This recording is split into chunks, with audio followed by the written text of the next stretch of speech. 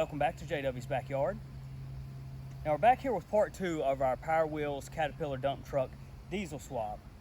And when I left off last time, I'd built the support for the bed, I'd mounted the shock, and by the end of today's video, this thing will be complete and moving under its own power. But before we get started, I wanted to share with you the story of the little PowerWheels that could. A true success story for the ages. One where this little PowerWheels rose out of a life of abuse and despair to one of glory. Now I watched this little PowerWheels for years be abused and neglected by every little snot-nosed brat in the neighborhood. They wouldn't charge it. They would drag it around the neighborhood with a drop cord. I slowly saw parts disappear. It was left out in the rain and the sun. And I saw it slowly fading into nothing. But I knew that this little PowerWheels was meant for greatness. But one fateful day, I had the opportunity to rescue this little PowerWheels from its little captors. They had left it in a river for dead. And I seized that opportunity to give this little PowerWheels the life it was always destined to have. But stay tuned, because you're about to witness one of the greatest success stories ever told. Let's get to work. All right, so next we're going to work on the structure for the seat. I think I'm going to take part of this old frame here, cut it down here, and use this section as the support for the seat.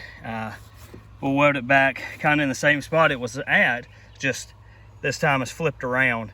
And we'll probably have to add some supports from somewhere down here going up to that. So I don't know if it's going to be strong enough, just weld it here at this one point with all this weight and leverage pushing down on it. I don't know if that'll hold, but we'll just get it cut up, see what we can do with it.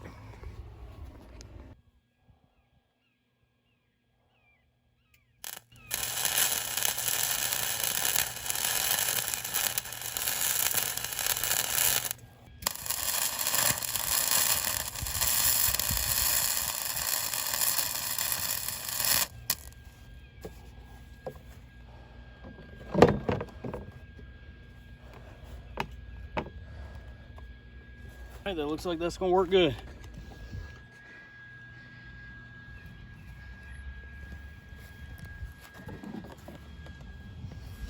I just left these little extra pieces here just in case I needed them to tie in with something, but we may just cut those off if we don't need them. All right, so I got the body on and I was testing out the seat here. That's working good, but then I realized that you got to put your feet here and we need some sort of support there because this started flexing pretty bad and it's gonna break it. And I needed some way to tie the rear into the front, and I hadn't really figured out what I was gonna do yet because I wanted to still be able to get the engine in and out. I started thinking, was there anything else on the old four-wheeler frame that I could use? And this is what I have left. And the thing I'm gonna do instead of buying anything is just take these bars here. So take this bar, cut it out, and essentially mount it like this, something like this. So it'll tie it into the back here. We'll have some open area where we can still get the engine in and out, and then weld a bar across here and tie this into it. And I think that's gonna work good. So I'm gonna get this cut out and we'll see if we can get those welded in.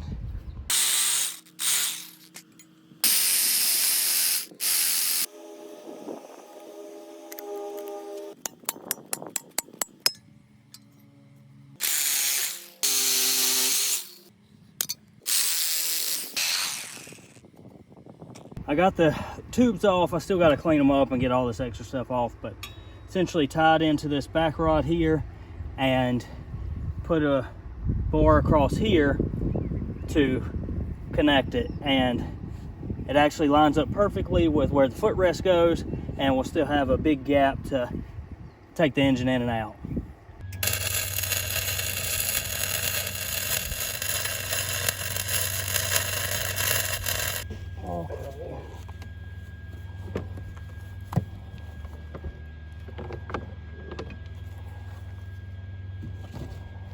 So we got those bars tacked in, and you can see kind of what we're going for here. Now put a bar across here to tie it all together. At least I don't have to buy anything, and we use some scrap that I will just throw away anyways.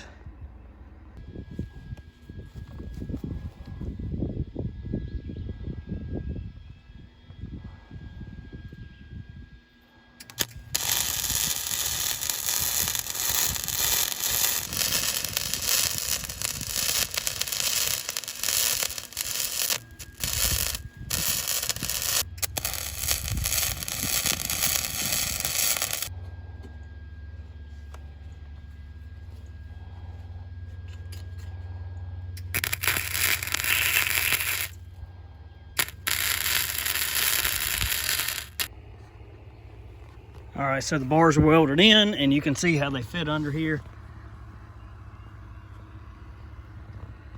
Supporting right where your foot goes, tied in right there. We're gonna clean that up a little bit, but seems pretty solid.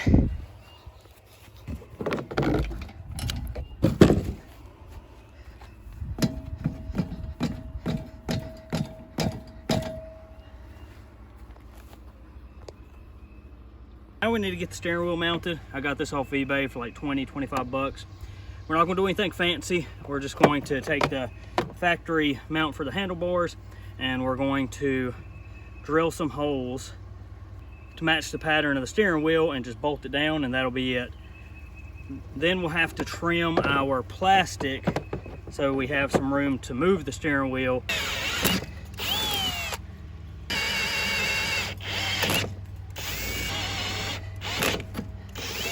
And I've said it before, and I'll say it again.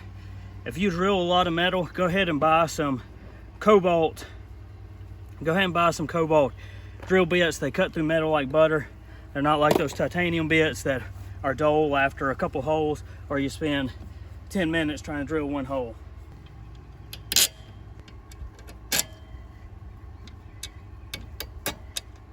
All right, there we go.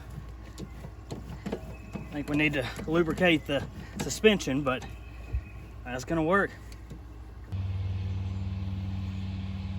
All right, so we got it cut out. It doesn't look pretty right now, still gotta clean it up. And the cut's not that great, but that's how much we had to cut off just to be able to move the steering wheel like I needed to. Body's looking pretty faded. I haven't tried to paint one of these before, but I got some Caterpillar yellow, and we're gonna try to paint it. Hopefully the paint sticks. Either way, it'll look better than it does now. I got it in my state-of-the-art paint booth.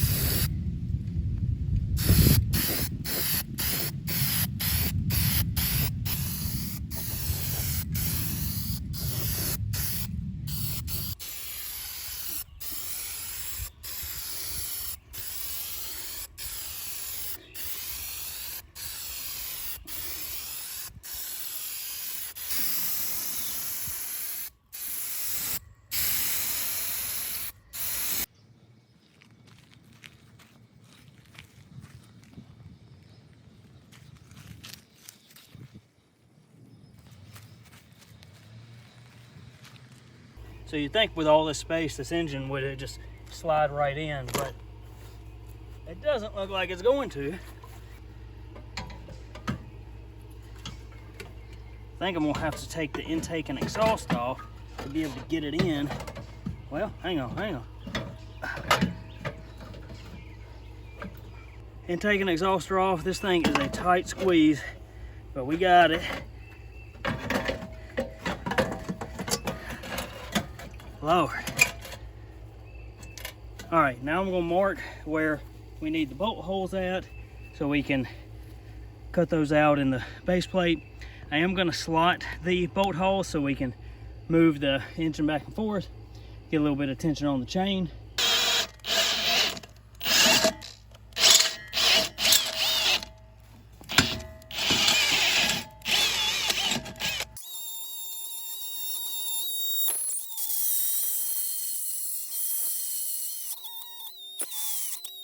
Next, our sprocket for our clutch is going to be around this area, so right around there on the crank. And if we look, that doesn't really line up with our sprocket on our axle. And it doesn't look like this sprocket can be moved just based off of how this axle is designed. The way we're going to get the chain moved over so it'll line up with the sprocket on the axle is using a jack shaft.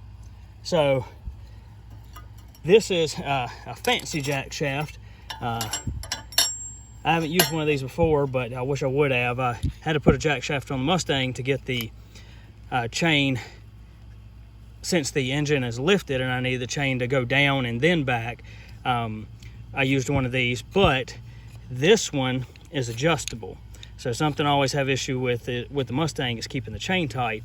Well, this one has these little mounts that you weld on, and then you bolt your bearing carrier to that, and it has slots, as you can see here, and it lets you move the jack shaft back and forth to get some tension on the chain. So we'll have some adjustability in the tension at the point of the jack shaft, so I can make the chain from the axle to the jack shaft tight, and then I can move the engine back or forth to make the chain from the jack shaft to the engine tight. So let's get this kind of mocked up where it needs to be and see where our brackets need to be welded.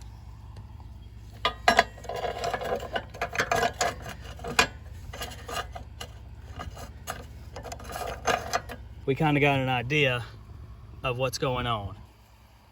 So this sprocket here will line up with the clutch, and then this sprocket over here on the other side will line up with the sprocket on the axle. But I'm gonna get these brackets welded on.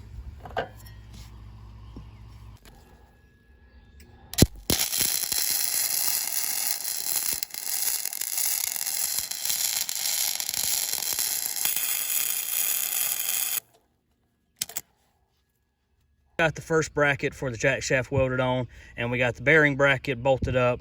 And like I was saying before, all you got to do to move this jack shaft forward or backwards is loosen those bolts and slide it back and forth to help tighten the chain. But now that we got this side on, we've got to put the other side on, and the bracket's going to have to go somewhere around this area, and then we'll add some bracing and stuff to help support it.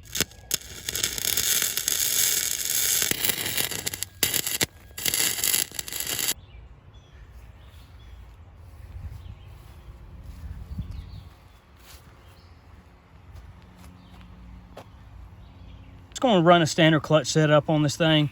Got a new max torque clutch. I've had pretty good success with these. They're not super expensive, but they're pretty good quality. I've tried the $20 eBay Amazon ones before and just never had good luck with them. They last a couple weeks and then they're done. And with these max torques, they're about $20 more, and I've had them last for years. But standard US spec clutch is 3/4 or 19 millimeters. And these Chinese diesel engines have a 20 millimeter output shaft. So there's 20 millimeter, and that's about 19 millimeters. So we've got to take a millimeter off of this shaft. Now last time I used some sandpaper and file, and that took forever. And in the end, I ended up having to get my grinder out. So that's what we're going to do today. Wouldn't suggest this, but that's what we're going to use today. You just got to be really careful with it. Take a little bit off at a time and measure, and try to make it uniform all the way around the shaft. And then what I'll do is I'll take the sandpaper and we'll crank this thing up and use the sandpaper to finish it.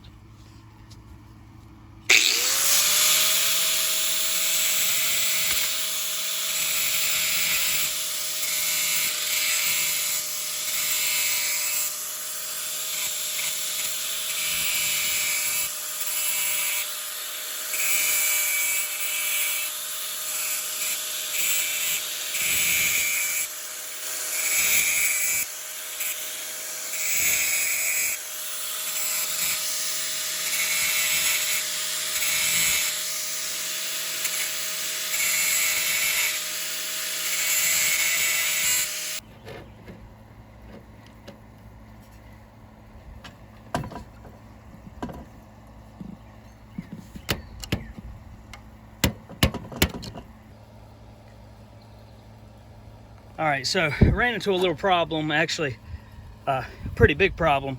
I had got the jack shaft on and was trying to run a chain from the axle to the jack shaft, and this bar here is in the way. It's something I just hadn't planned for, and if I'd thought about it, I could have positioned the jack shaft in a different way, either raised it or moved it back a little bit so we could avoid this.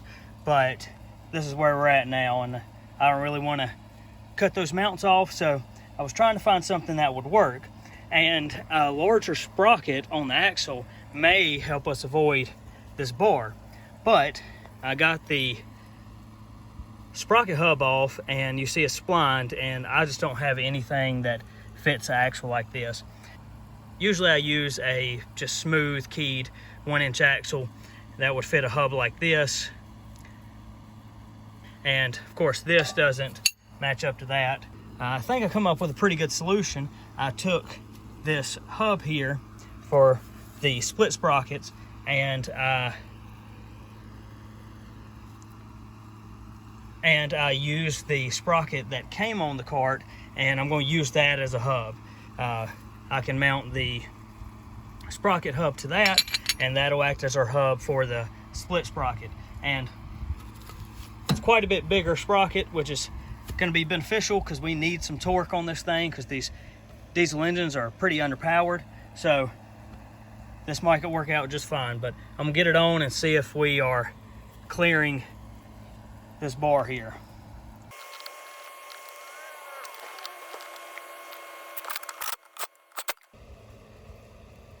All right, so engine's bolted down, clutch bolted down. The thread pitch for the crankshaft on these things is M8 by 1.25. We've got our chain from our clutch to our jack shaft, and from our jack shaft back to our sprocket with our little makeshift hub from our old sprocket. Everything's tightened down. Let's see if we can get this thing cranked and see if the wheels move.